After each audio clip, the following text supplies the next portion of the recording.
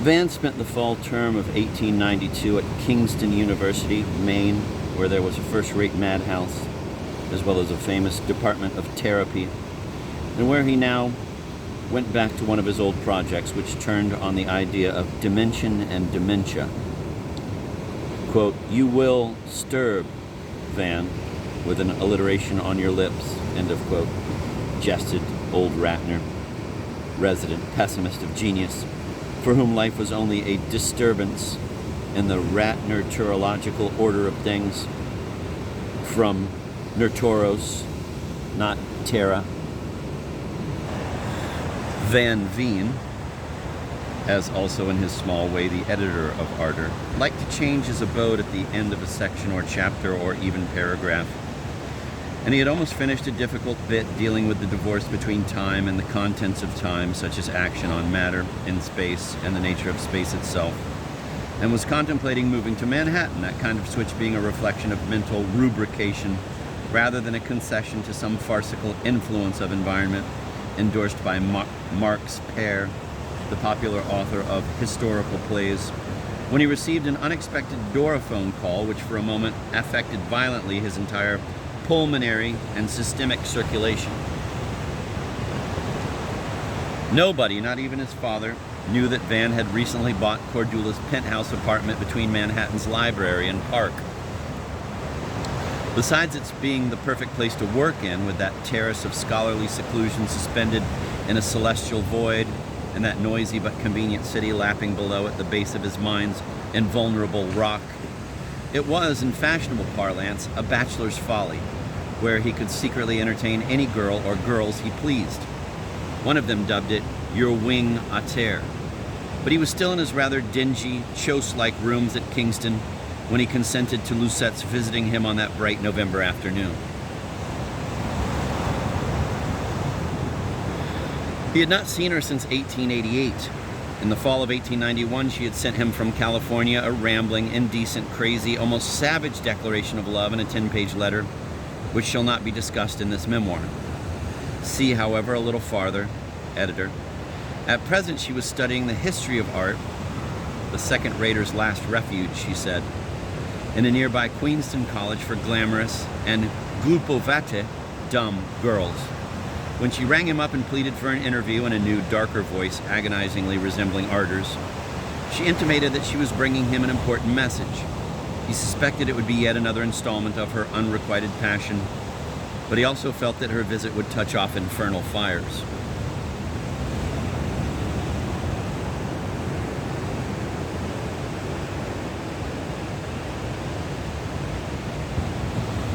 As he awaited her, walking the whole length of his brown-carpeted suite and back again, now contemplating the emblazed trees that defied the season through the northeast casement at the end of the passage, then returning to the sitting room which gave on sun-bordered green cloth court, he kept fighting Artis in its orchards and orchids, bracing himself for the ordeal, wondering if he should not cancel her visit, or have his man convey his apologies for the suddenness of an unavoidable departure.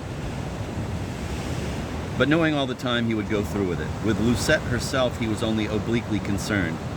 She inhabited this or that dapple of drifting sunlight, but could not be wholly dismissed with the rest of sun-flecked artists.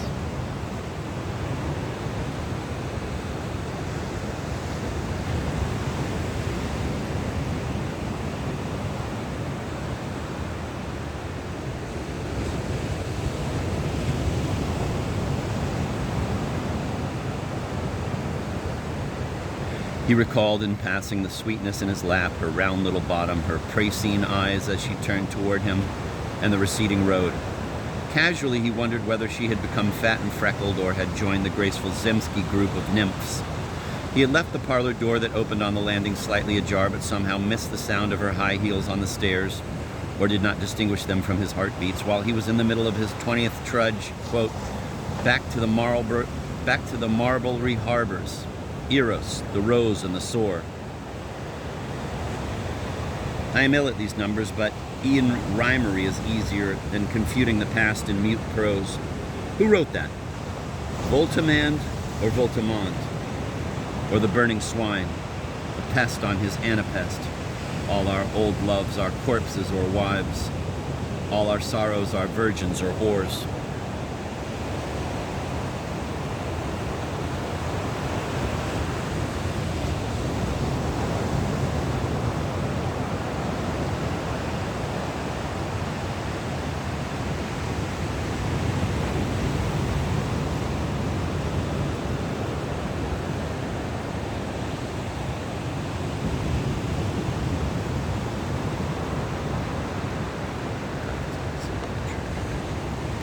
A black bear with bright russet locks, the sun had reached its first parlor window, stood awaiting him. Yes, the Z gene had won.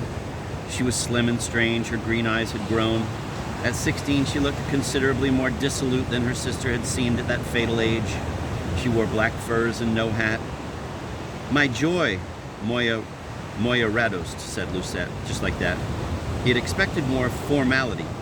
All in all, he had hardly known her before, except as an embered embryo.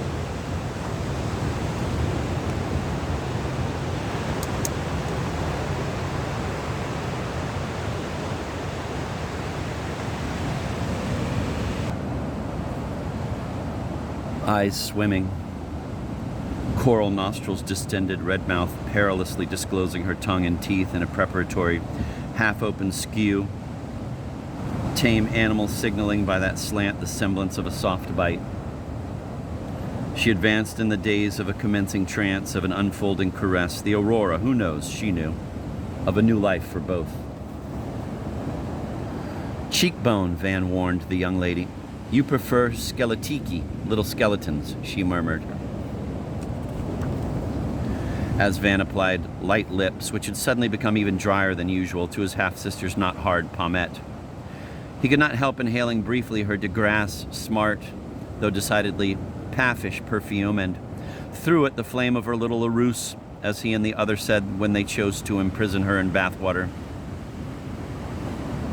Yes, very nervous and fragrant. Indian summer, too sultry for furs. The cross crest of the best-groomed redhead Roos. Its four burning ends, because one can't stroke as he did now the upper copper without imagining at once the lower fox cub and the paired embers.